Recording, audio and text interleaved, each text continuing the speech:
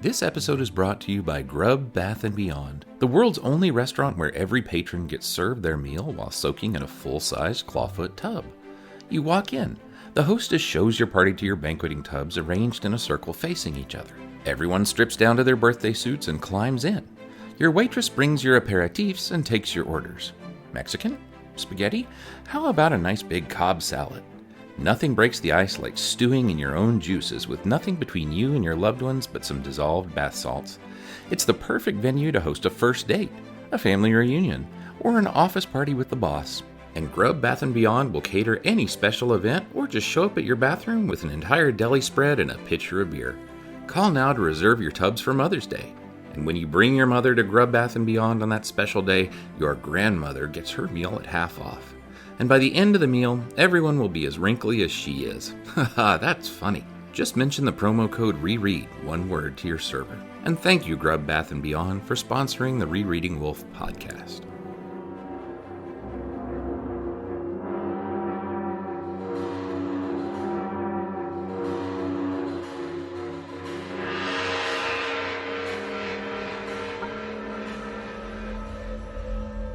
Warning.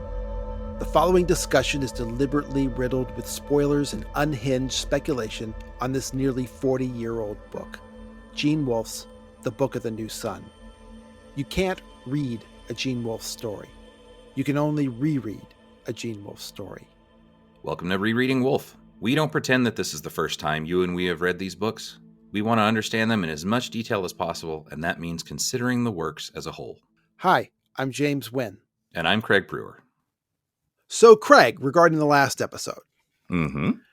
Austin Beeman chimed in to postulate whether the scene with Dorcas on the lake was less about mirror technology than possession, of the sort that Wolfe described in detail in the Book of the Long Sun. Long Sun, yeah.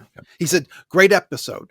Dorcas's rapid change of attitude from erudite and seductive to subdued and crying. Does this remind anyone of the possessions in the Long Sun?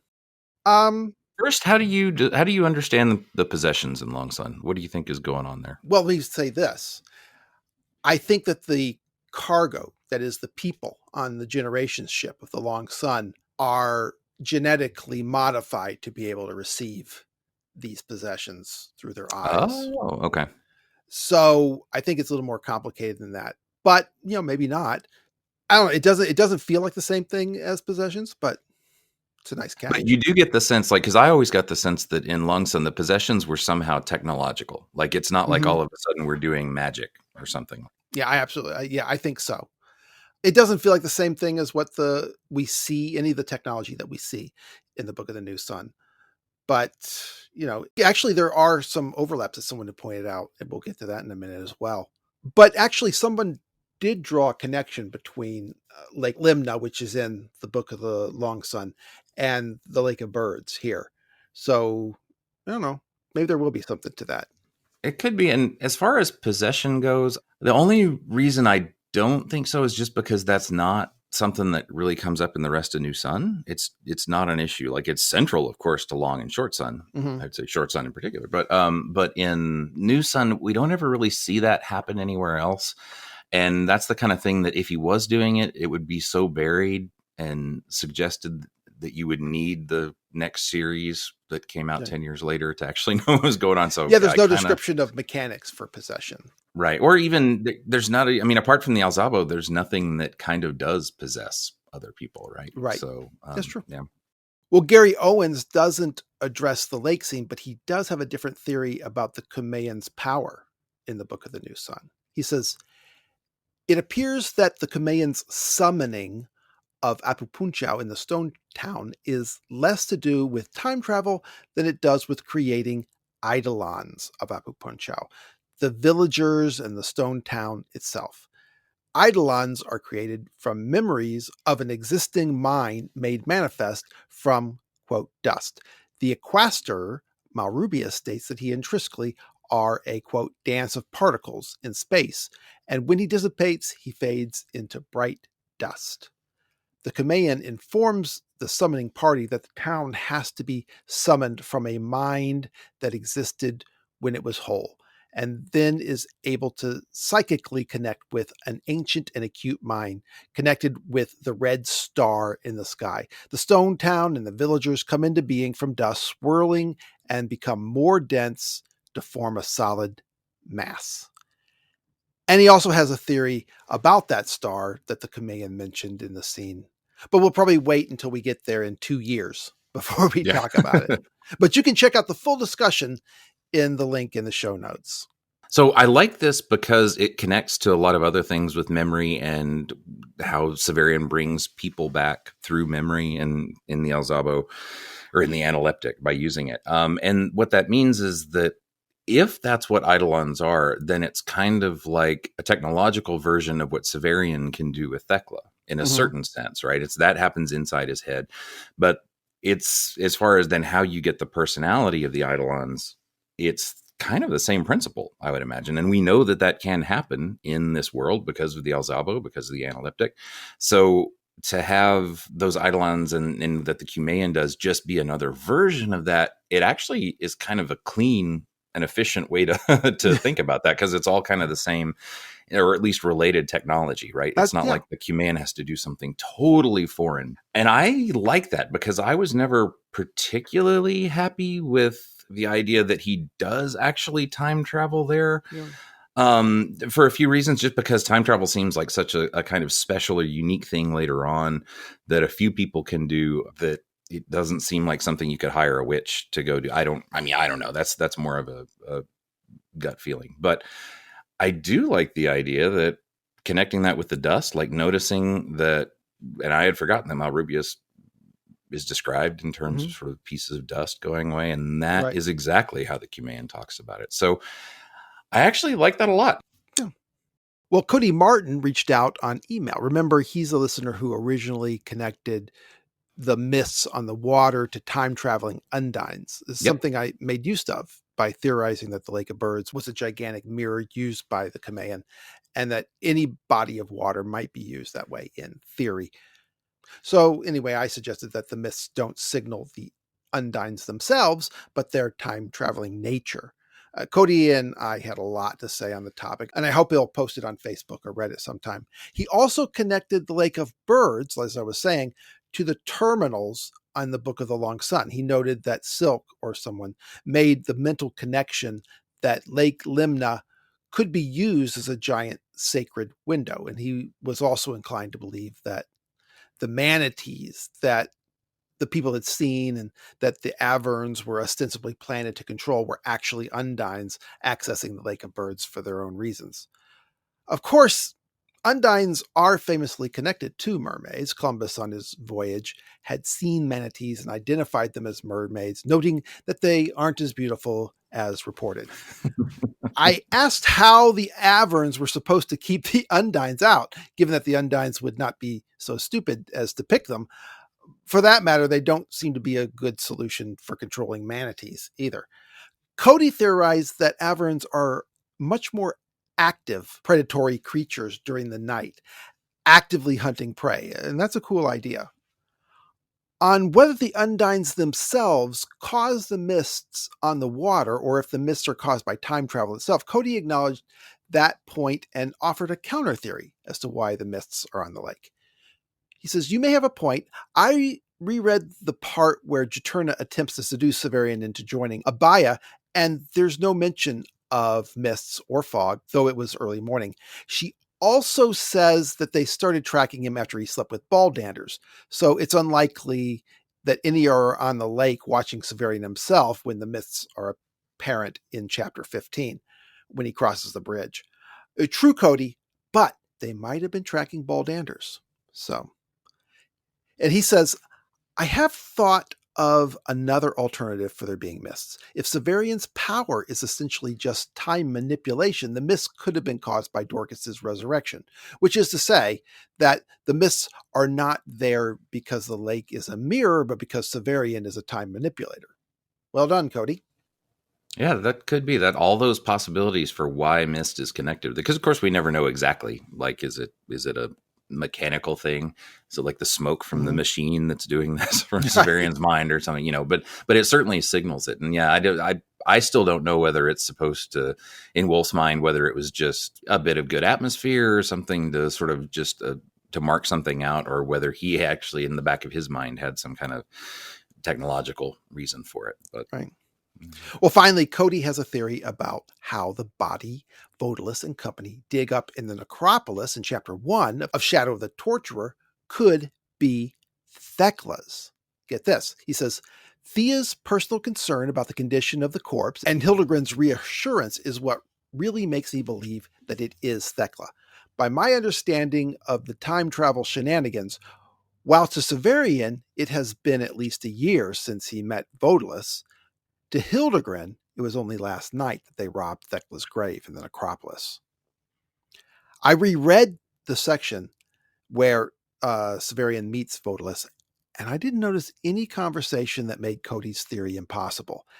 At least in this case, the timing seems to work naturally. Cody isn't compelled by my theory that when Severian sees the exhumed woman's face in Alton's, it means that Alton had fed on the body. He says, quote, I think Severian's memory was just playing tricks on him, since the descent into darkness reminded him so much of a grave.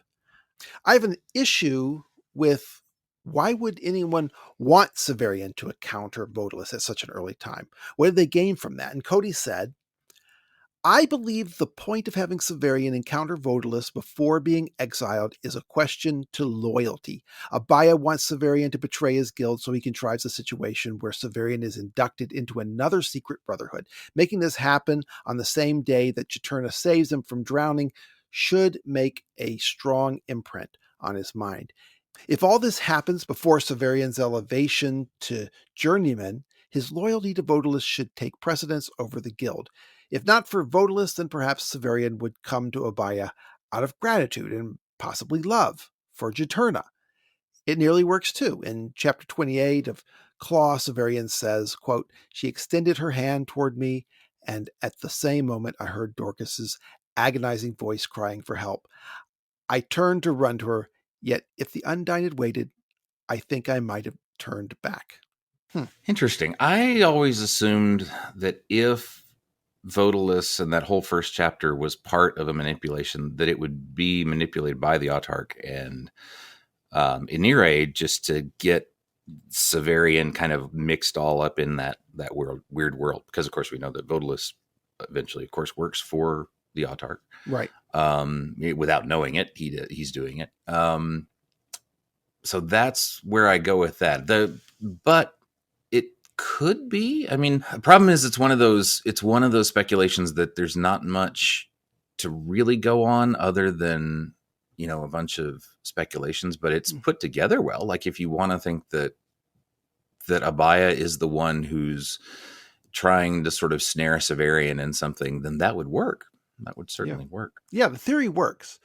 And the clothes and hair of the exhumed corpse do match Thecla's. I mean, it works. It works very well at that level. Also on email, Bernard Stockermans was considering our discussion of the Angelus in the Hildegard chapter.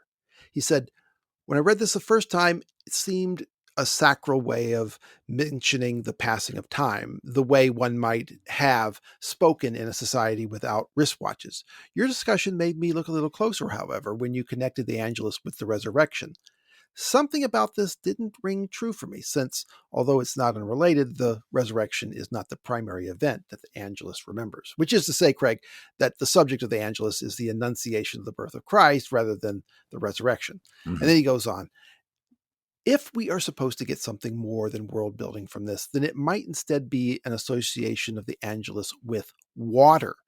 In the proto-evangelium of James, the angel Gabriel first calls the Virgin Mary as she goes out to draw water with her pitcher.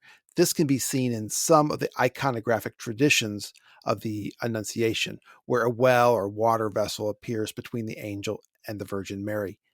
Reading the passage again, I also thought a bit about how Severian tries to speak to Dorcas in order to thank her, but water pours out of his mouth. And this reminded me of how the main verb in the final prayer of the Angelus is pour out grace. Well, the proto-evangelium of James is a pertinent reference because the Book of the Long Sun starts with a scene that is pretty straightforward, an allusion to the birth of Christ in that non-canonical gospel. I don't know. Maybe. Yeah, could be. Then we have a whole bunch of stuff. Ted Custer on Facebook loves the podcast and wishes that there was a rereading podcast on Ian Banks. And that would be neat. I hope he or someone else does it. Lots of people have been offering other things for rereading, and they're like, you should do this too, or something else. Yeah, you guys have to make your own. This takes a lot of work. Well, not a ton of work, but no. Yeah, no, Yeah. I'd like more people to do it. I even joked when on a Facebook thing with Samuel Delaney, and I'm like, your stuff could certainly stand up for a chapter by chapter slow thing. Like, I'd love to see Dahlgren read that way, or the Never Tales. But yeah, so let's get some other voices in here too. Absolutely. We'll show you how to do it. Yeah. It's not hard. we can just branch out a franchise. Hey, that's what the Clay Temple guys have done. That's what but we they just take all their things. But we need to get other people involved in preparing. This is the way maybe it's the way we do it. All the stuff we do just takes too long. On Alton's Library, co-founded by Nigel Price, who's been a guest here. On Alton's Library, Mark Aramini, also a former guest twice, reviewed Michael Mantis, Andre Driussi's Gene Wolfe's The Book of the New Sun, a chapter guide. Michael has also been a guest twice here. The mass of the footprint of the Rereading Wolfe podcast is now becoming too great for even light to escape. Yeah, why did Nigel not put that at the beginning? Mark Aramini, a contributor to the Rereading Wolfe podcast, also writer of a Hugo-nominated book. But that should be the main thing. Lead with that. But no, it's a very thoughtful review of Michael's short book. So his latest one. So if you are, or it's not his latest one anymore. It's not the 4-volume. It's the one new one. But no, if you've been interested in finding out a little more about that, it's a great thing to read, because I agree with everything Mark says in that. That's good. And Nigel also, he's got some things going. Michael has a new essay up there. And Michael even went back and has a long sort of list of addenda to one of the early essays that they did on the Electro books. Right. And it sort of goes through and I think corrects some things or shows some other alternatives or alternate references or allusions or things like that. Yeah. Things are popping at the Alton's Library. Mm-hmm. So yeah, check it out regularly. And the most awesome news of all for us, not for everyone, I guess, is that Dragon Stairs Press, the publishing company run by Michael Swanwick and his wife, Marianne Porter, are working on a limited edition published version of our conversation with him on this very own podcast. And that's an amazing honor. And we'll be sure to publicize that when it comes out. It's very limited, maybe 100 copies. So you'll need to get right on it. Yeah. Yeah. They said they're doing 100 copies. And the way they do it is Marianne will do it too, but mainly Michael will put a post out saying that whatever the latest one is live, and then they're all first come, first serve. Go through. Mm-hmm. You can use PayPal or anything like that. This one may be a little more niche than a lot of the things they do. So it's not like, I don't think this one will run out quite as fast, but what he does, he usually does it around noon, but he'll give you fair warning, and we'll put warning up on the Facebook page and on Reddit just in case. Exactly. Yeah.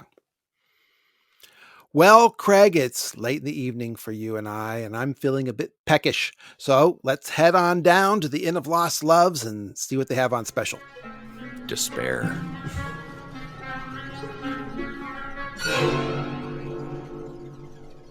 Chapter 25, The Inn of Lost Loves. Still, the day after Severian left the Citadel. It's mid-afternoon.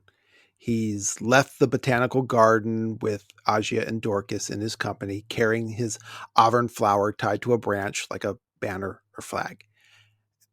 He starts this chapter interestingly. Quote, "It has been my good fortune, or evil fortune, as it may be, that the places with which my life has been largely associated have been, with very few exceptions, of the most permanent character. I might tomorrow, if I wish, return to the Citadel, and, I think, to the very cot on which I slept as an apprentice. Guile still rolls past my city of Nessus. The botanic gardens still glitter in the sun, faceted with those strange enclosures wherein a single mood is preserved for all time. Okay. It's been what? A couple of years since Severian left his childhood home? He's what, maybe 22 max? Oh, and he's writing this now? Isn't it? No, because he's getting ready to leave, right? So Oh, he's yeah. Okay. Well, so maybe it's it's about been 10 years. 10-ish years. Yeah, Yeah. something like that. Still, it's a little early to declare the permanence of everything in his life. I mean, he's only very recently disbanded the guild that raised him, a guild that had existed before the last ice age. So Yeah. maybe it isn't also permanent. Well, we do know Severian is often happy to claim himself mature and older than he was. And so, Yeah. I hit 30, so now all things are permanent. Well, he says, when I think of the ephemera of my life, they are likely to be men and women. Ephemera are any transitory things that are not meant to be kept or saved or to last, or just anything that's not preserved over a long time. Postcards, by the way, are called ephemera. Just Oh, wow. I did not know that. where I hunt for things for the other one is all ephemera sites. Yep. As far as the people that are ephemera, this accepts, of course, Thecla, who is with him always, and all the autarchs. They are men and women of his life. Yeah, that's an interesting point that does go against what he's saying here. I mean, I know eventually he's making a different point, but that is almost a contradiction. But he says, when he thinks of the ephemera of his life, there are few houses as well, and first among these stands the inn at the margin of Sanguinary Field. So I guess the Inn of Lost Loves is already gone? It would be in the sense of, well, I guess I'm thinking of Earth. Like by the end of Earth, it's, of course, everything's gone. but yeah, is it gone? I mean, I don't know. Is that suggesting that he got rid of Monomaki and he got rid of, I don't know. Well, I mean, it's a tree house. Maybe, it is, if there's anything that's likely not to last, I guess it could well be that. Yeah. I mean, do we ever find out where Owen and Dorcas went?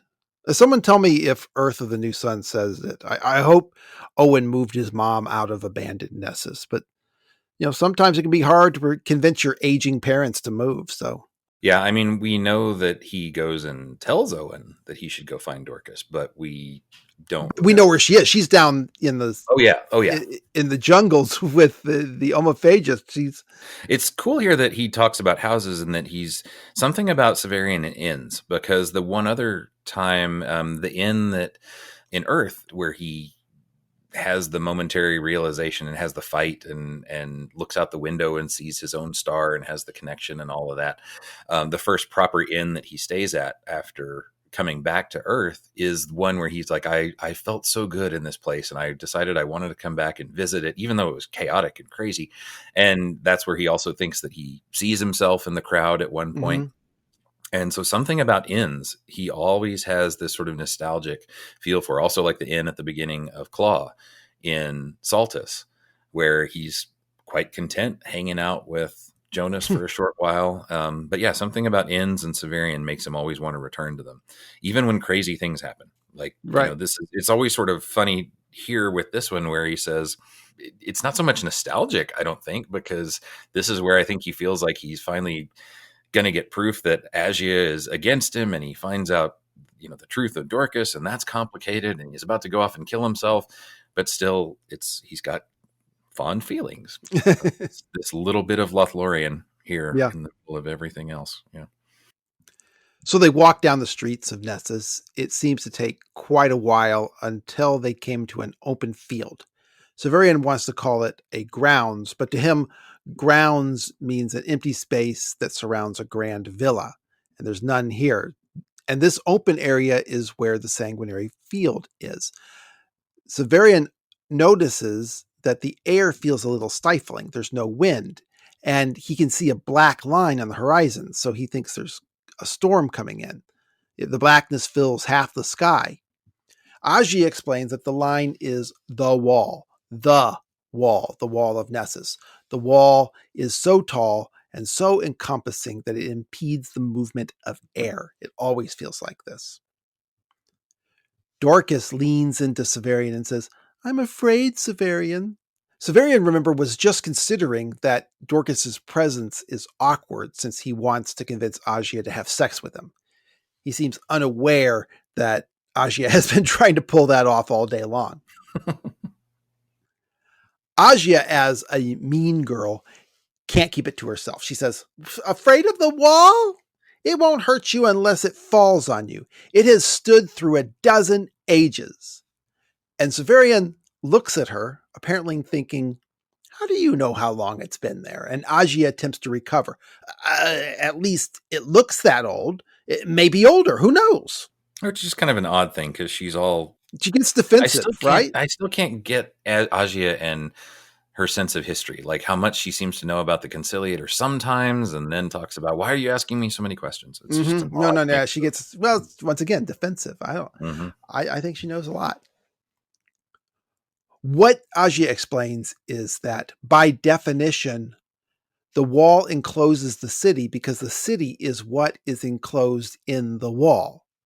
There's open country between the north of Nessus and the wall, and leagues of ruins in the south, she says, where no one lives. Since the city only counts as Nessus if it's in the wall, Nessus, which is continually moving north, has definitively moved as far north as it can, right? The reason for this open area is that it's illegal to build any closer to the wall than this. It's almost as if Nessus' approach to the northern side of the wall is some kind of clock on the time that Earth has left. You know, Michael has a new theory on why the wall was built. He talked about it in our bonus episode. But there was a time when the Asians invaded almost to the citadel and were pushed back. I wonder if the wall was built shortly after that. It doesn't explain what everyone is doing inside the wall, though. Right. And I used to think, though, that because of the wall's height, that it was built to keep out undines or something like that.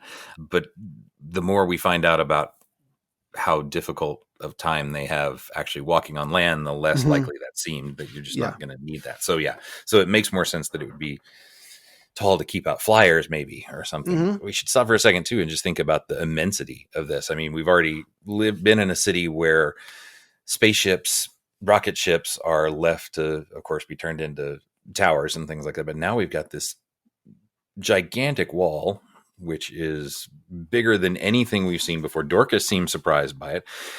Severian's been living inside this for so long, and it's another kind of moment where he doesn't know his own world very well. This is the wall of Nessus that seems like something that huge would have gotten back to him at some point, unless he'd heard about it, but he just didn't quite believe exactly what people had told him.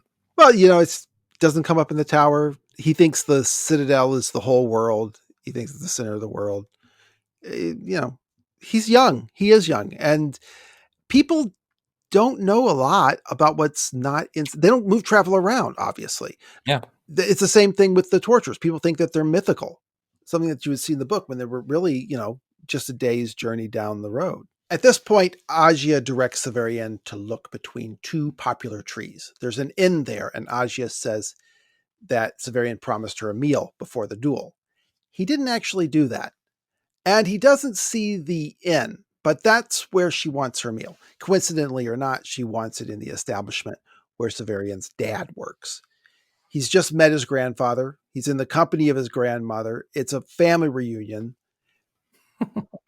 Agia likes to go there often because Owen is going to recognize her. Severian doesn't want to eat. He says he'll make arrangements for her to be fed after his duel. She says, do so. If you're killed, I'll invite the Septentrion, the guy who he's supposed to duel. Or if he won't come, that broken sailor who's forever inviting me. We'll drink to you. Severian still can't see the inn, but he does see a, quote, stair of rustic wood going up around the trunk of one of the trees. The trunk is a full 10 paces in circumference. Severian never really defines a pace, but it could be the equivalent of a foot or a yard or something in between. I feel like it's probably about a foot, but I can't be sure. Now he sees that when Agia said the inn was between the trees, she meant up in the branches of the trees, not in the distance between the trees. He can see the lights of the inn up there. At the start of the stairs is a sign with a painted picture of a weeping woman dragging a bloody sword. This is called, right, the Inn of Lost Loves. Now, incidentally, remember that I've been saying this quest by Severian overlays book 6 of the Aeneid, where Aeneas travels to the underworld to get advice from his father. And I say that Agia is the Cumaean Sibyl who leads him, and that Owen is his father who will give him advice, and Dorcas is Dido, Helen of Troy, who he encountered by chance, weeping, inconsolable. He had heard a rumor that she was dead, but he didn't know it for sure until at that point. I'd like to read from the passage where Aeneas encounters Dido. Not far from here, outspread on every side, are shown the morning fields.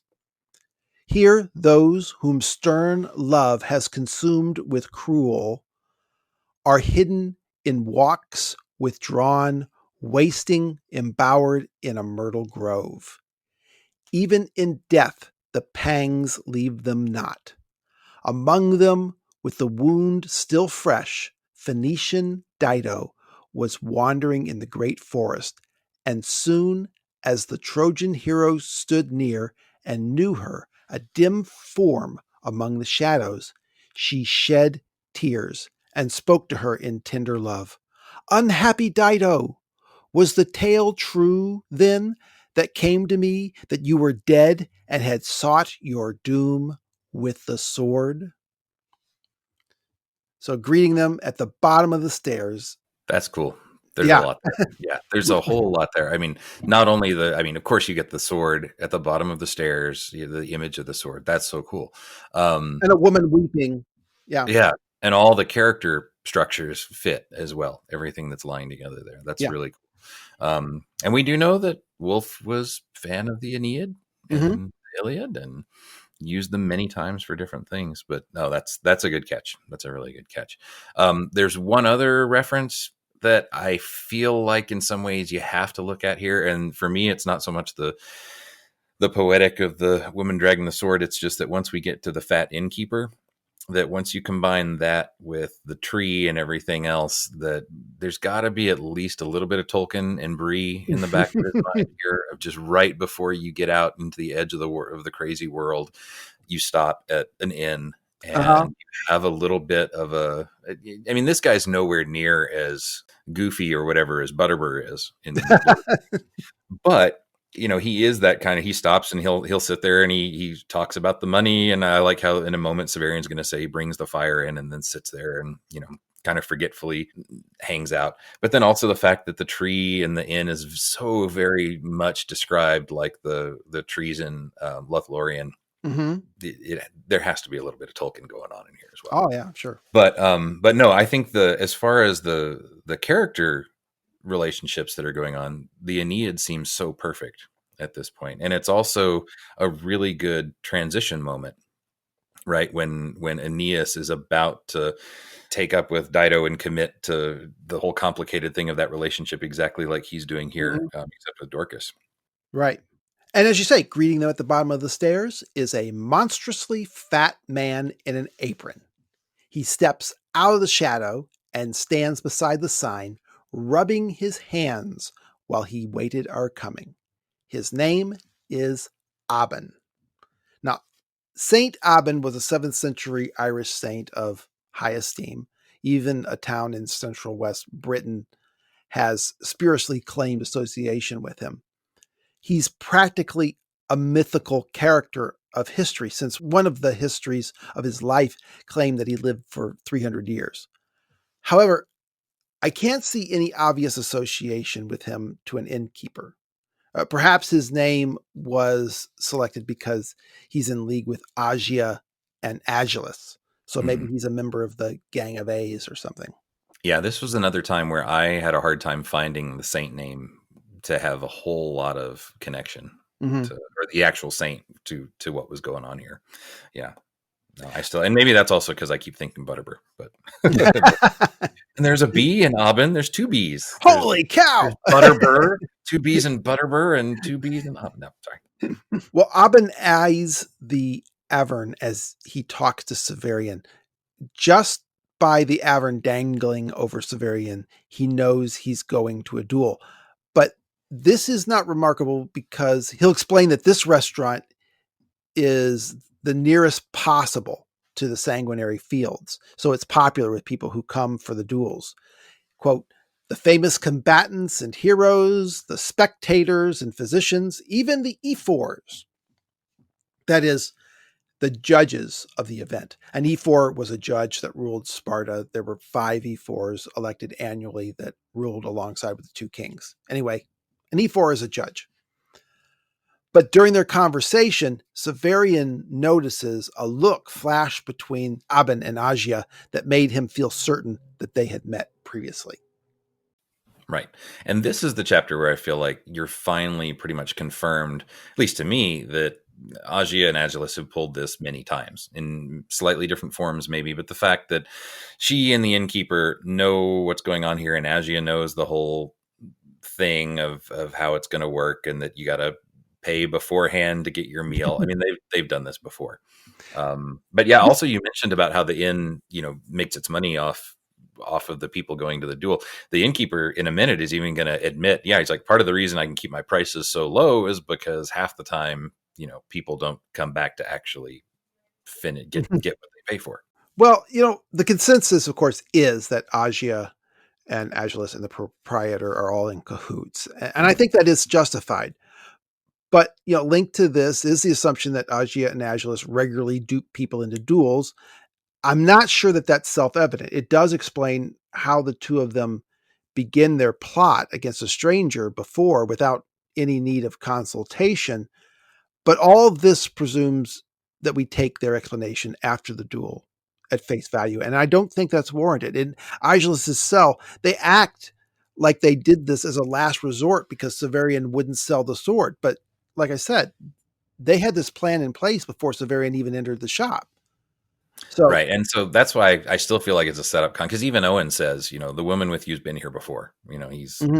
Even he says, yeah, I've seen her here before. So, but yeah, I mean, we've already gone over many times different ways that different types of theories we have about Agia. And I'm still personally kind of amazed by the idea that you had with the sex doll and Heather, mainly not so much because of that, but more because of it gives Heather a much more sort of insidious role. I feel like much more in control. But yeah, so yeah, there are different ways that you can look at that. But if you're looking for I think the 2 examples of where we finally know that, or at least for like you said, the consensus view is confirmed. It's that look between the innkeeper and her, and then Owen's note saying that she's been here before. Yeah. Well, I think it is obvious that they are in cahoots. I don't think it's clear necessarily what they're doing. Obviously, since this inn is on the edge of the duels, it's reasonable to begin putting together a string of theories that leads you to say, well, this is not the first time they've done this. This is what they do. The idea is to get someone to the duel. So that's why they come here. Maybe. I don't think that anyone should take anything that they say, even after their plan has been quote unquote revealed, should take anything they say at face value because it still doesn't quite make sense. Not to me. If we were prosecutors presenting this case before a jury, I think there are huge opportunities for reasonable doubt regarding means and motive and opportunity. It's hard to come up with a single story that explains all 3 of those things. But anyway, Severian orders a dinner for 2. And after checking with Agia, asks that it be served at new watch. So maybe in an hour or an hour and a half. The point is that the duel will be over at that time. And Agia will be dining with a guest of her choice. Presumably, she's confident it won't be Severian because she's left out an important bit of advice that will likely get him killed. The meal will take longer than that to prepare unless they're willing to have cold meats, a salad, and a bottle of wine. And that's not good enough for Agia. She has to have a roast fowl, a young one. Abin says fine, and they can eat baked goods while they wait. So the tradition of dinner rolls on the table while you wait for your meal persists to this time. Abin also addresses the fact that Dorcas is still covered in mud. He says, meanwhile, if you have time, I could provide a basin of warm water and a sponge for this other young lady, to get this stinking mud off of her if she's going to eat in my restaurant. But he diplomatically includes it as a list of other services, including a glass of wine and biscuits. The wine. And one thing about the wine, though, is it's a Medoc, which, if you remember, if you're a big Edgar Allan Poe fan, Medoc is the other wine that's mentioned in Cask of Amontillado, and it's one of the two wines that Montresor uses to get. What's the other guy's name? The guy he's going to kill to pull him down. His name was Fortunato. I never remembered the whole time we were talking. First, there's some Medoc, we can have that, but then the Amontillado is deeper down. To me, that seems intentional because, I'm playing the skeptic to your more deeper conspiracy Agia theory, so I'm just kind of going with the mainstream. but if you're looking for like a good reference to someone who's leading someone deeper and deeper into a trap, Medoc is perfect because that's exactly what Montresor uses to sort of pull the other guy down into the thing. So I don't know. Is it an actual reference? I don't know. So, but I like to think it is.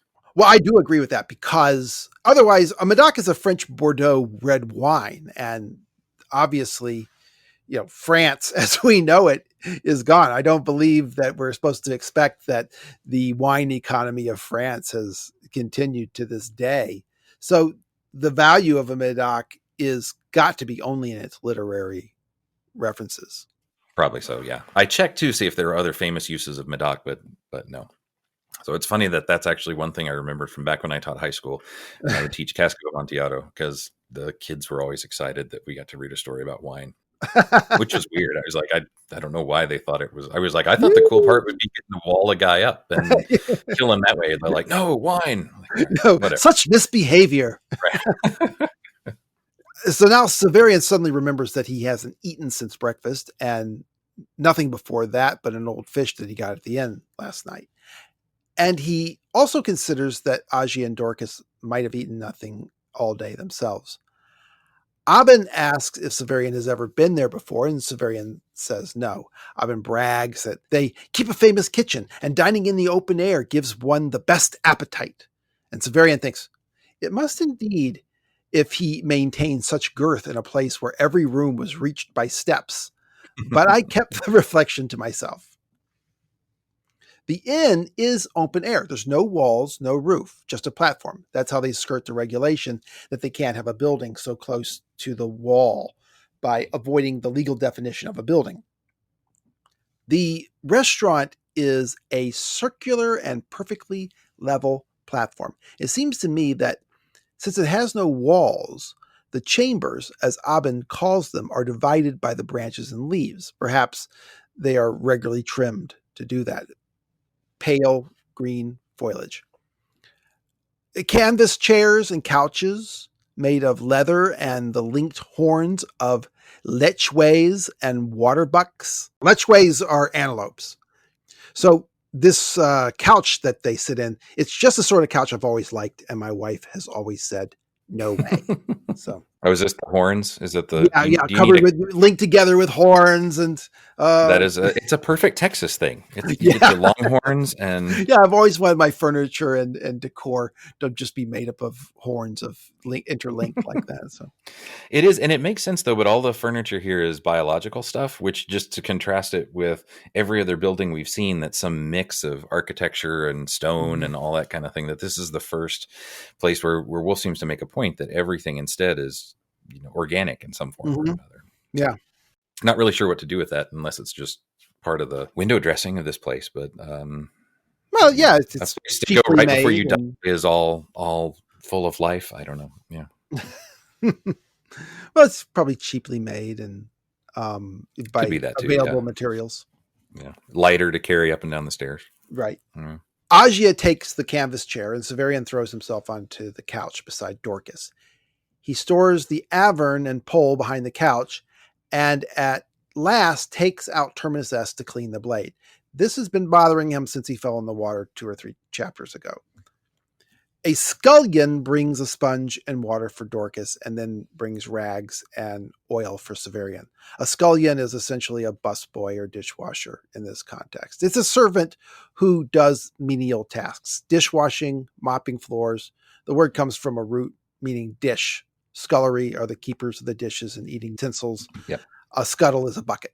Now, one thing about this detail, though, that I never caught before, but so the scullion boy, the little, like you said, sort of menial servant, notices what Severian's doing and goes and gets him specialized tools, right? Rags and oil. And Severian didn't say he asked for it. So instead, you got this little kid here who immediately knows what people are doing when they're caring for weapons, which means that he's probably seen lots of people caring for weapons in this little inn here. But I just thought that was kind of a neat little detail that I had never really thought of the context before. But to me, it's yet another thing that, yeah, if this inn is a place where people are often getting ready to fight, then yeah, I guess all the fights don't have Averns all the time on the Sanguinary Field, and there must be other things going on too.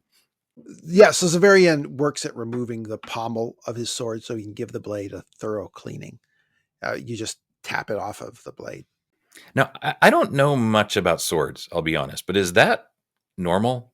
Like, can you take a sword apart, like to take the blade out of the pommel? Is that? I would think so. Yeah, Normal? it's got to be. Okay. It's got to be very firm. You can't be easy to get it off. But think about it. How else would you do it? A sword is going to get blood and mud all in there. How can you clean it otherwise? If you I guess that's true. For some reason, I always thought it ought to be like some kind of permanent seal or something. I have no idea. I don't know. Yeah. I should go watch those Forged in Fire shows more often. Well, think about it. You can't weld it in place unless the pommel is the same material as the sword. Yeah, I guess that's true. In which case you can't have a very ornate pommel. Yeah, I guess that's true. But anyway, Dorcas doesn't start cleaning herself. She's too shy to do it in front of Severian or even Agia, which Agia thinks is amusing, but not in a nice way. So Severian gives the scullion an Orichok to bring a folding screen, like those folding Oriental screens people put in their houses as decoration. I'm not judging. I'm just saying that's what it is. Severian offers to buy Dorcas a gown if they sell them here, but she whispers, no. Severian says to Agia, what's the matter with her? I'm trying to get her out of her rags. And Agia says, she likes what she has, clearly. Agia supposes she likes them because they show off her body, her legs and breasts. But that's probably projecting. And she says, there's a rent at the groin too, though I dare say you haven't noticed it. She says, I have to walk with a hand to hold up my bodice or else I'll be shamed for life. And then she lets the bodice go so her breasts, quote, gleamed in the dying sunlight. That's goofy. But so why does Dorcas not want? I mean, I know she's still basically in shock and going over everything, but why would she, if all she's wearing are tattered rags, is that like a moment of saying that it's one of the few things that she can hold on to, and so she doesn't want to change, or it's the only thing that she, I don't know, came into the world with, or these old rags? Otherwise, it seems like it's so uncomfortable and dirty, and that at least she'd be warmer. And I don't know. A lot of possibilities. Could have been buried in your favorite dress. True. Could be, she's just not like Agia. She doesn't want to be obligated to some strange man. True. Could be. Now, Abin and the waiter bring starters for the table. Pastries, a bottle of wine, and glasses. And it doesn't say so here, but the waiter showing up is Owen. Then they brought in a brazier because Severian mentions that his clothes are wet. A brazier is an open pan of hot coals. Abin stands in front of it and warms himself, and he says, feels good this time of year. The sun's dead and don't know it yet, but we do. If you're killed, you'll get to miss next winter. And if you're hurt bad, you'll get to stay inside. That's what I always tell them. Of course, most of the fights are around Midsummer's Eve, so it's more appropriate then, so to speak. I don't know if it comforts them or not, but it does no harm. Which seems like it would. I mean, I don't know. Just the talking all about like, yeah, even if you're maimed and wounded, you'll get to stay inside, and if you die, you're not going to care anyway. So it's all good. Look on the bright side. Does no harm, I wonder. Yeah. Severian takes off his mantle and his Philogene cloak and boots, and he stands beside Abin shirtless to dry his breeches and hose. I don't think I ever appreciated that his pants are breeches and hose, like the 18th century people or baseball players. Right. I think that's the first time they mention that, if I'm right. I think so, yeah. Specifically the hose. And that's one thing that I don't think you see too many pictures of Severian in breeches and hose. He's usually... No, the Don Mates illustrations never have that. Oh, that's right. That's right. Duh. The big ones. But I was thinking of other ones recently that I've seen on like the Facebook page and things like that. But yeah, that's true. Again, remember they're Philogene. So Severian wants to discuss the duel with Abin. He says, like every man who feels himself likely to die, I would have been happy to know that I was taking part in some established tradition. That's what he learned from Gerloise, I guess, who told Thecla that her excruciation device was the most honored. He asks if all the duelists come here. All? Oh, no. May moderation and Saint Amand bless you, sir. I think this is the only time a patron is referred to as Saint something. Yep. I was going to say, I double checked I checked. It's the only time I could find someone, at least this early, named Saint. And, oh shoot, and then I didn't even look that one up. Oh, Saint, I can tell you. Saint Amand was a Belgian priest who is the patron saint of innkeepers, bartenders, winemakers, beer brewers, merchants, and supposedly the Boy Scouts. He's the patron saint of the service industry. Okay, well, of course that makes sense. That's unique then, because it's one of the few times where then Wolfe is using the name Saint as what it's actually there for. Yeah, as precisely the meaning, yeah. Yeah. I'll have to check. Does he do that anywhere else? I'm trying to think if there is another saint named somewhere, and I can't remember who it is. I can't. We'll have to keep it right out. I couldn't find one, and it's certainly the first. Or maybe I'm wrong. Maybe I'm thinking of something else, but I could have sworn I didn't check. I just checked earlier. I mean, Catherine's called Holy Catherine. I think the other patrons are just called by their names. Yeah. But Abin says that if everyone who came to duel stayed at his inn, he'd be a rich man. He'd be living in a big stone house with atroxes at the door and a few young fellows with knives hanging about me to settle my enemies. Having a team of assassins is an interesting lottery winner's goal.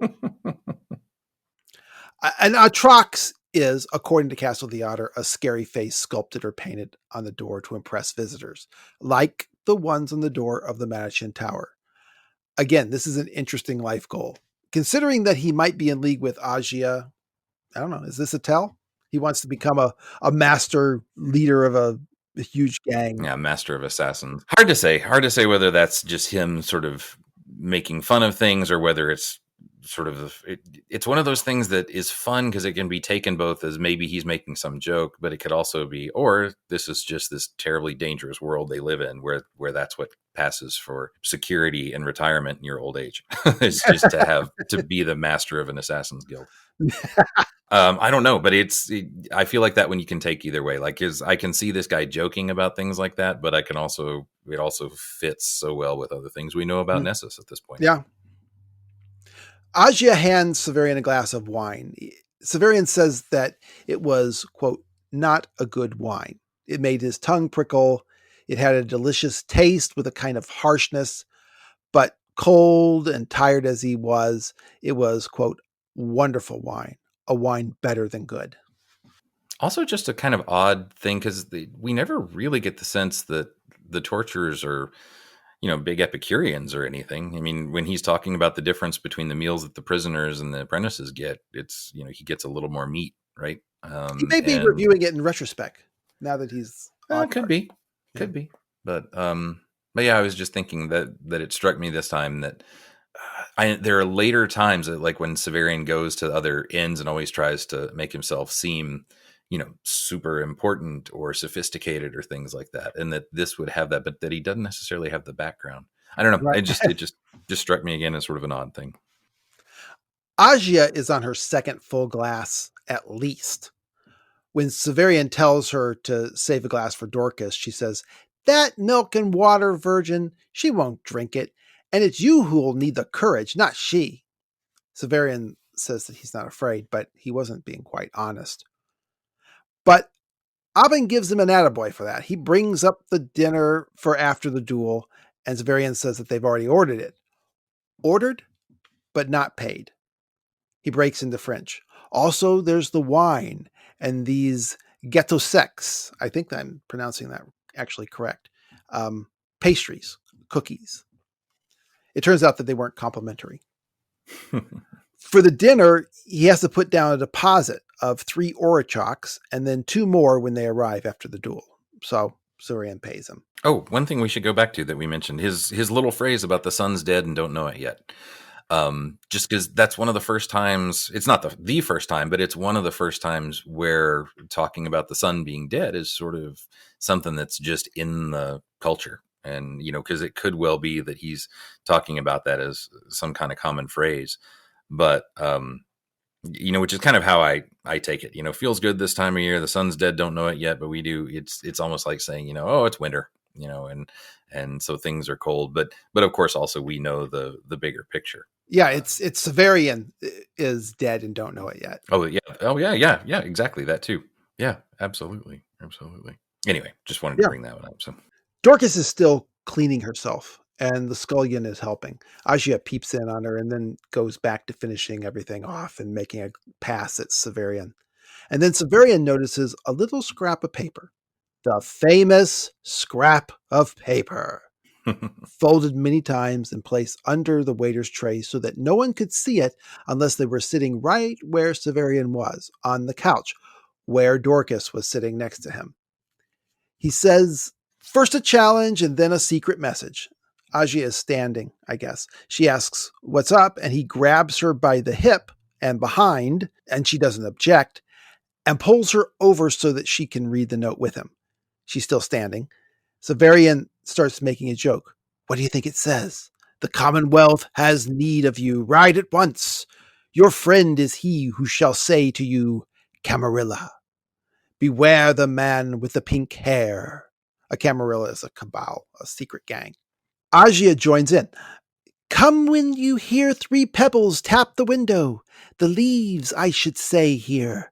The rose has stabbed the iris whose nectar affords." That's your Avern killing me, clearly.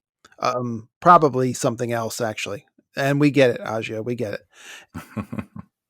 Also, she goes on, "You will know your true love by her red pagne." A pagne is a loincloth. Red pagne. Again, she's making a dirty joke. And actually in Castle of the Otter, Wolfe actually says that she's making a dirty joke.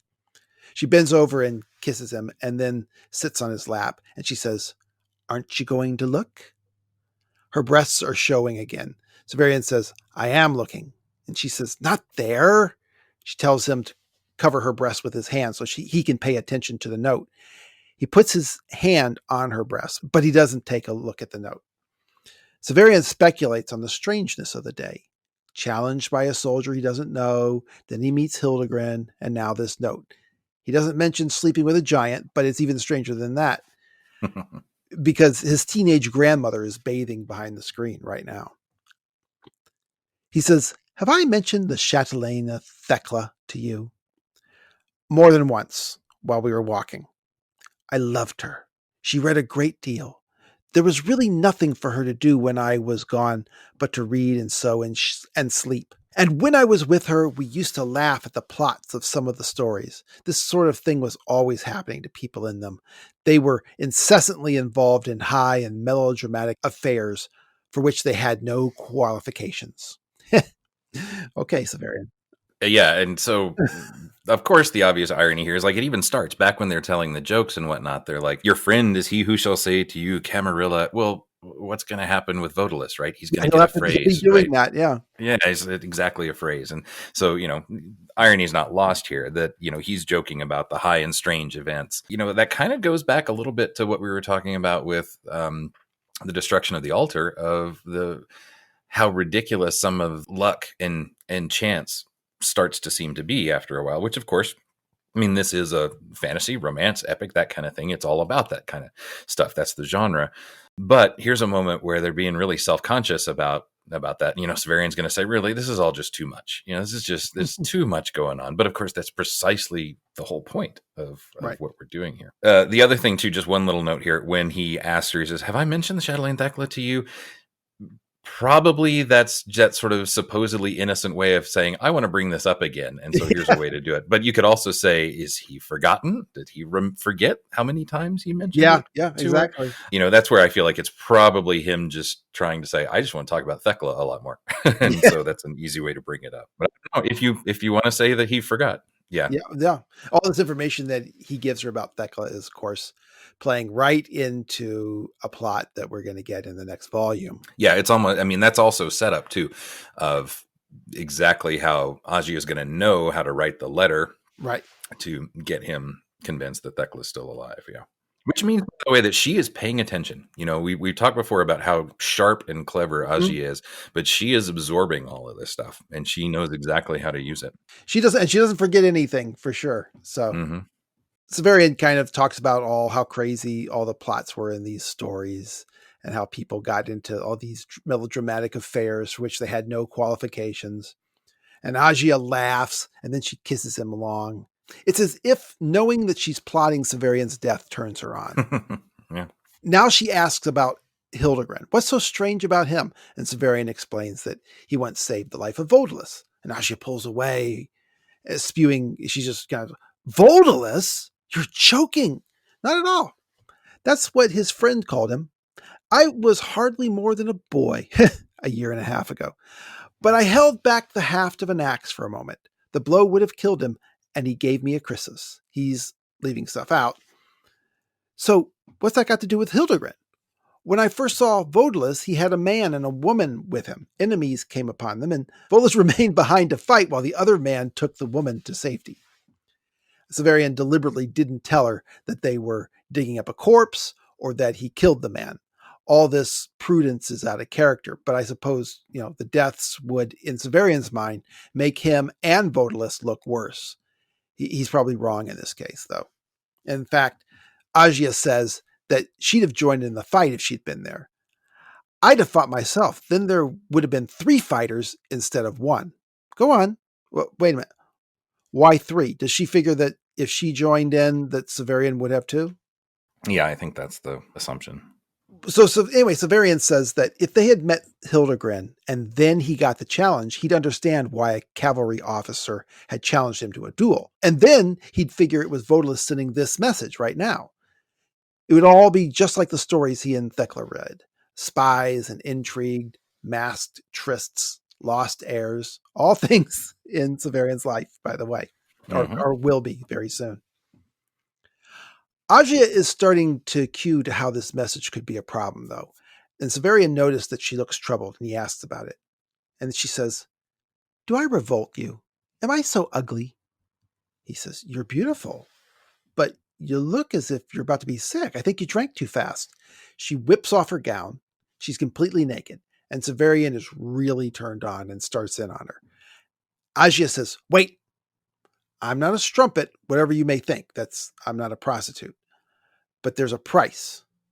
What? You must promise me that you won't read that note. Throw it into the brazier.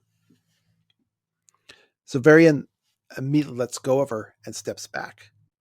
And there are tears in her eyes, rising as springs do among rocks. She says, I wish you could see the way you're looking at me now, Severian. No, I don't know what it says. It's just that, have you never heard of some women having supernatural knowledge, premonitions, knowing things they could not possibly have learned?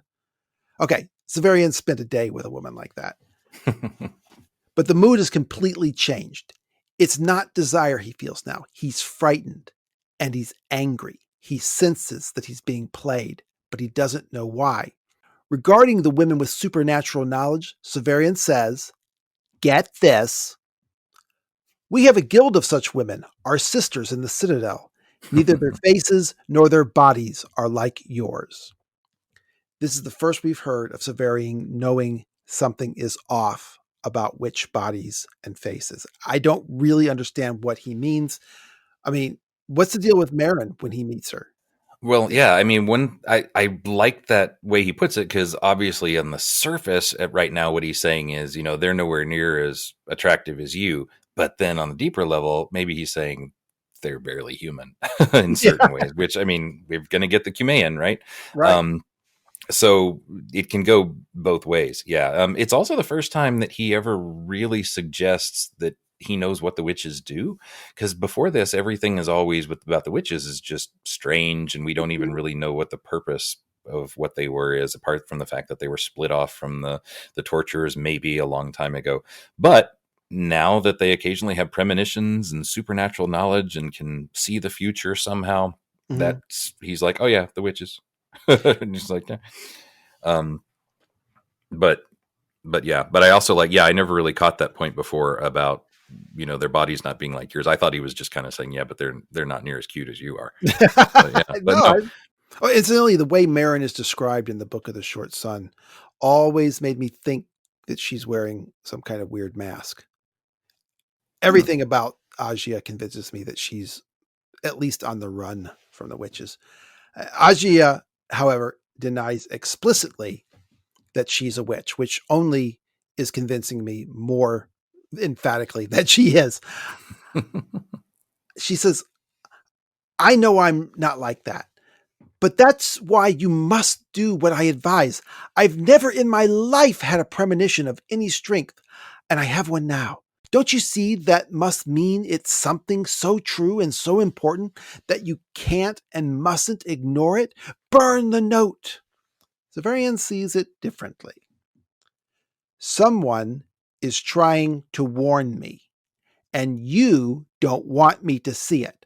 I asked you if the Septentrion was your lover. You told me he was not, and I believed you. I believe you still. Your voice had truth in it. Yet you are laboring to betray me in some way. Tell me now that isn't so. Tell me you're acting in my best interests and nothing beyond. Severian, tell me. Severian, we met this morning. I hardly knew you, and you hardly know me. What can you expect? And what would you expect if you had not just left the shelter of your guild? I've tried to help you from time to time. I'm trying to help you now. I think this is a strange little statement she's saying. It could be just that it's not a coherent message because I can't put anything she's saying into a coherent message. Yeah, it could be just that she's panicking, right? Mhm. I feel like that's probably, if we're looking for Occam's razor, the simplest explanation of this, I think, is that it's kind of clicked for her now. Oh, hey, somebody's trying to tell this dupe that I'm duping him like other times I've duped Mhm. somebody, and and she's freaking out. And so she's just kind of not making sense and grasping at straws. Because otherwise, this is not a good way to get him to do it. I mean, No, to totally step she's kind of back and saying say, betrayal is the way humans are. Of course I'm yeah. betraying you. What would you expect? And she's saying, that's got to, the way she describes it is, that note could be something that's so desperately important for you. Don't look at it. It's like, what? It's just such a non appropriate way to look at it. So her panic is kind of a good way to look at this, that she feels caught. Do you Maybe, have yeah. something else to go along It's with just the, that not really. It's just that she's saying she's trying to help. The advice she's given him, of course, would end up killing anyone else. Mhm. But I want to believe that there's some kind of perverse truth in what she's saying when she says she's trying to help him right now. Like it's all part of whatever game she's playing. And I do feel like the game she's playing is not the game we ever are sort of led to believe she's playing. I don't know what it is.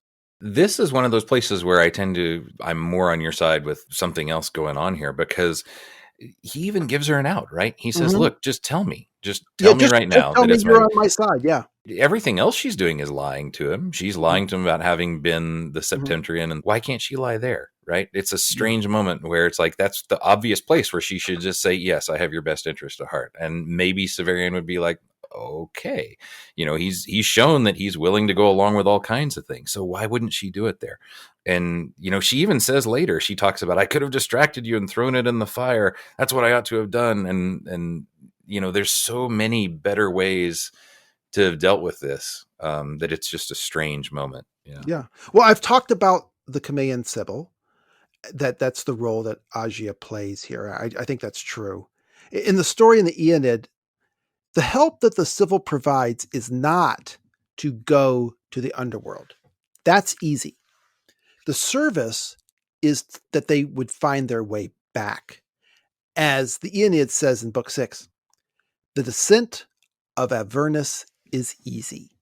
All night long, all day, the doors of Hades stand open.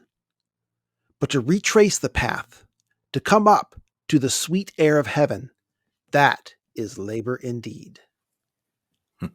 I can't support it with even a theory, a story right now.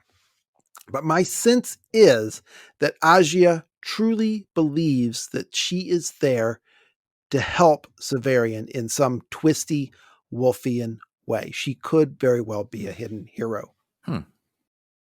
Incidentally, Virgil, the author of the Aeneid, was seen as a pagan prophet of Christ. Even Emperor Constantine interpreted the Eclogues as an announcement of Christ. The passage that I read from C.S. Lewis way back in the comments of chapter 3 make reference to that as well. But there's an acrostic in the Sibylline oracles built around the word ichthus, a Christian reference. Anyway, Severian says, put on your dress. He picks up the note, and Agia springs at him, and he holds her off with one arm. I imagine her swinging at him and his kind of stiff arming her. Severian can tell that the note was penned sloppily with a crow quill. He's trying to make it out, but he can't.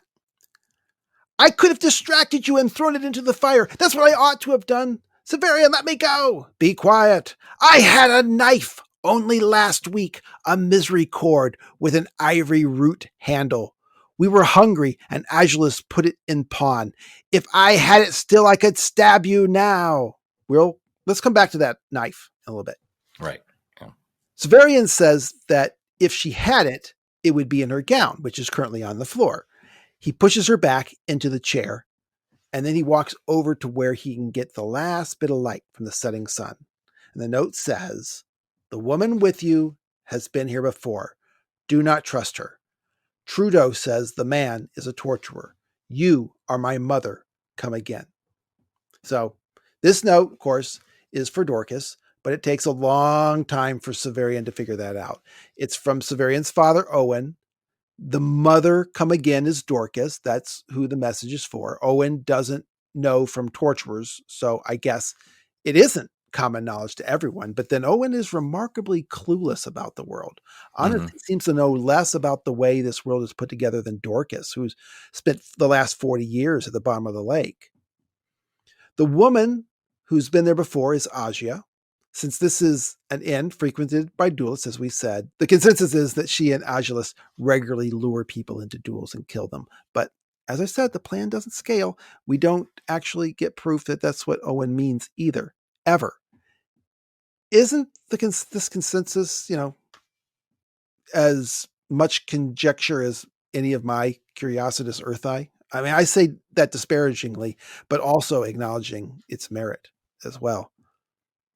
Yeah, I mean, I will speak for the masses. I mean, yeah, I speak for you. Yeah. I mean, yeah. Speaking of what we're talking about, all this Greek and stuff, I will be the chorus. I will speak for the polis. But so I would say this: it seems like all the other things about Agia are kinds of things that you start to wonder about on multiple reads. Like I feel for me, the one time that comes out that there's something weirder going on with her has to do with Agilus's second mask and then the weird thing that she's scrawling on the floor. Mm-hmm. Like those are the two things about these twins that really stand out as super weird. I feel like even when you read it the first time. Otherwise, it's almost more like you start to get a sense of that there's a scam going on pretty quickly the first time. when you read it. Yeah. And then plus when we find out that, yeah, it's her brother who's doing it. Yeah, it is a scam. They're trying to kill him and get the stuff. And they admit as much of that.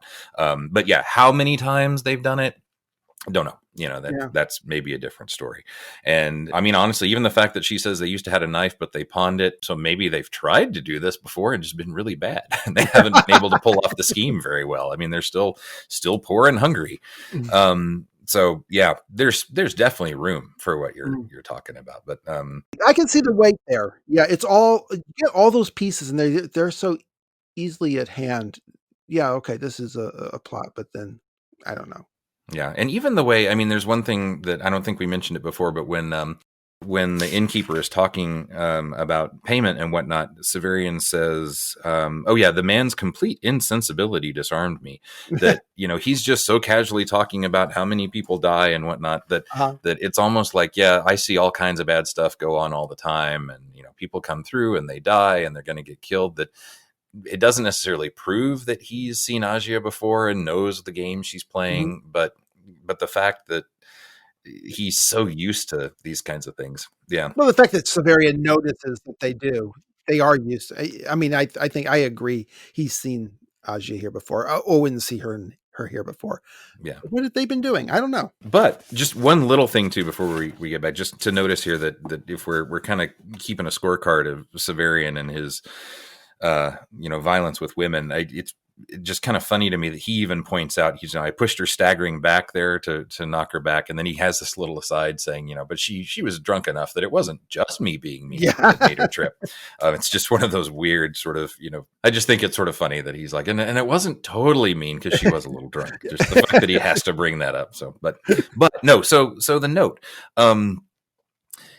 so maybe we can talk about the note and Owen a little bit, that this is a warning to Dorcas that she's with some bad people, but then also, is it a warning that, hey, I think you're my mom? Or is he trying to say, you are actually my mom? I mean, the phrasing of that thing, you are my mother, come again.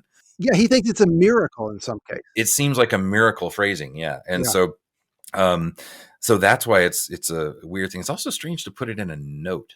I mean, but I don't know. I guess he's a servant. He doesn't know. He knows that people are coming here to fight and whatnot, so he can't just break into the room, I guess, and do this. So I guess that's one way to do it. St. Trudeau is no one of note. It's just a guy. And he's going to keep the actual physical note for a while. We should note as well. Yes. He's going to keep that. He loses a lot. He seems to fall in the water a lot, but somehow he keeps it safe. Let's go back to that misrecord knife now. Yeah. This definitely feels like a literary hint. Something put in front of the reader by the author as something we're supposed to pick up on. But there's no consensus about what's given here about why it's such a big deal. Misericord means literally merciful heart. It is a knife that's used to dispatch badly wounded people on a battlefield. It's more of a spike than a blade. It has 3 edges, and you work it into the armor and dispatch people. Lexicon Earthis says that it was called the Dagger of Mercy because you'd show the blade and the wounded soldier would surrender. I don't know. That sounds counterintuitive to its ostensible purpose. It's also interesting that Wolfe in Castle of the Otter, he gives like a whole paragraph definition of this one, right? He really spends time on it. I mean, he says a dagger with a stiff diamond cross section of 3.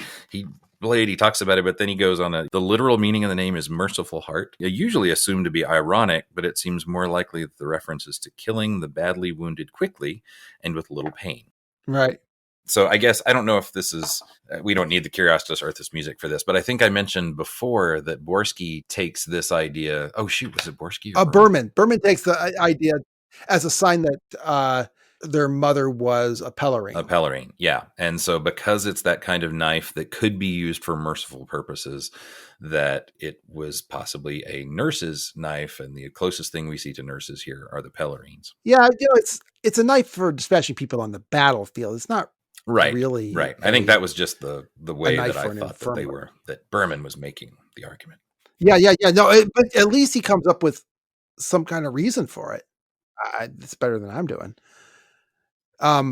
I mean, for me, it's like Thea's doves, like Hathor's paracoita with hands like doves. The misericord feels like a signal that I'm totally missing. It does demonstrate that the rag shop does in fact deal with It's true. blades at least one other time in the past. Maybe that's its purpose. It comes from Agia's mother. I'm making little quotation marks with my fingers here. I say the most likely candidate for the mother is a Chimaean witch that Severian will meet at the end of the Claw of the Conciliator. But I don't know. I don't know what that's supposed to mean. An ivory, it's got a Ivy root. an Handle. ivy root handle.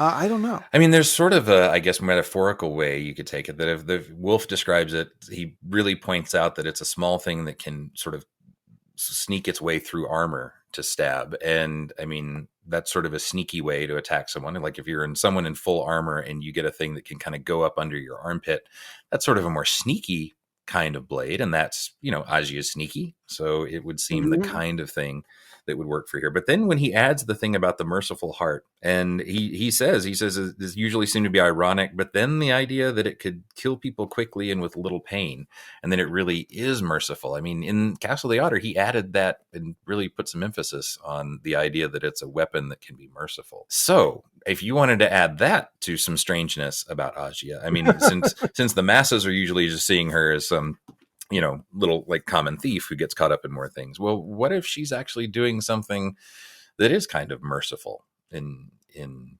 whatever her plans are, or at least whether or not they actually end up that way? Is there something that seems bad about her but is actually merciful? I mean, that's one way you could take that. I mean, based on Wolfe's specific way that he's describing it there. I don't know exactly how that all works out, but that would definitely be a very different kind of reading of Agia than we're used to getting.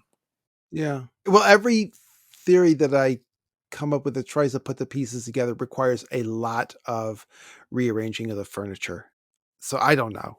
It would be a lot easier to just say that they are what they are, but I don't know. We got to get Heather involved a little more. And yeah, that's going to be interesting when we get Hathor involved. Yeah. So maybe we'll come up with something more there, because he, to me, is still one of the most fascinating characters in the whole book, just because the way he speaks and the possibility of things that he knows. And every time he's with Severian, he's positively obsequious. Mm-hmm. Oh, yeah. Despite the fact that he's working with someone who just wants to kill him. It's a totally different idea, almost as if he kind of knows maybe what Severian is ultimately going to do. Is he one of the, I mean, we know from Earth that there are sailors who get confused in time. Did Heather see all that stuff, and now he's come back, and even though he's a little crazy, he knows who the new son is? Yeah, he knows what's going to happen with the new son. He could be a mutinying sailor. Yeah. Which is much more interesting. That's one of the reasons why I find him so fascinating. Not only just because also I love the creepy way he speaks, but yeah, but I think whatever we think of Agia, again, I think has to be tied up with Heather in the long run. Because even if she's just the common girl that she is, why does Heather, this intergalactic pirate guy who's all crazy, why does he have such a crush on her? Like, what is it about Agia that... Well, she calls him a poor sailor, but supposedly he's financing all of these trips, all of these mercenaries. Yeah, it just gets so weird. I mean, it's cool, but it's so hard to figure out exactly what's going on. So yeah, so once you add Heather into the mix, then I'm much more with you on there's got to be much more going on with Agia and Agilis. Yeah. But that's the end. There's no more to say. I was actually trying to sit there and, like, since the way that Wolfe has the note written on the page, I was like, oh, it's like 10 syllables, and 12 syllables. It's like, I had pentameter, hexameter. Does that mean anything? And I have no idea.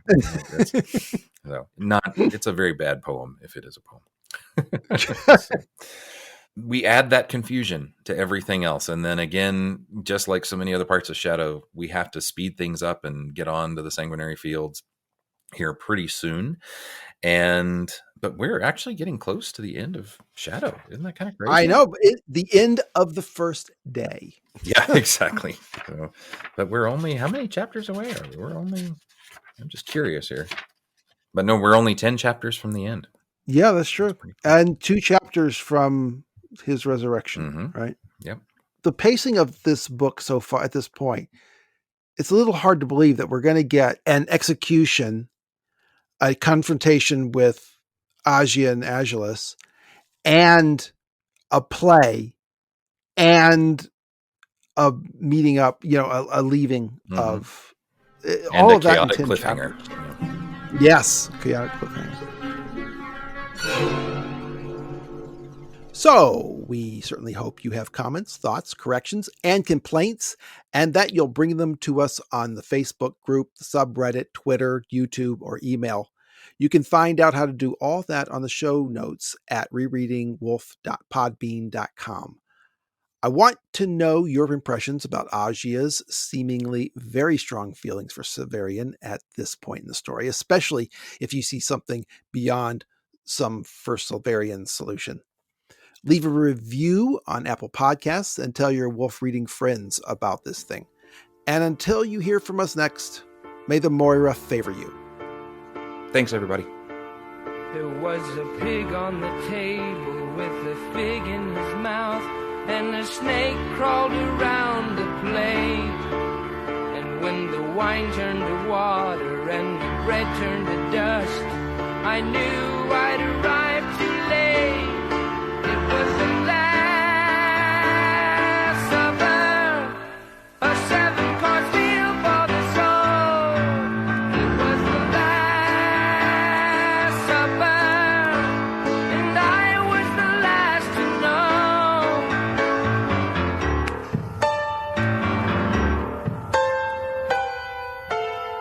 I saw my name in a book that lay in front of the veil, with the key in between the pages. And when I unlocked the door, I found a hall full of mirrors, and I saw my life in stages. It was the last supper, and a snake crawled around the plate. It was the last supper, and I knew I'd arrived too late.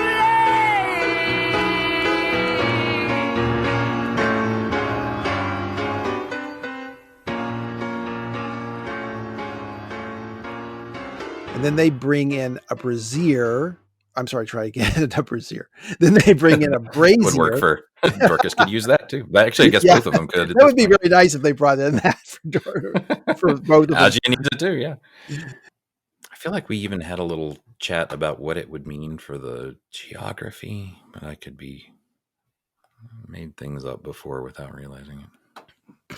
Okay, maybe you always say something right at the beginning. Should I say something? Just give it a shot.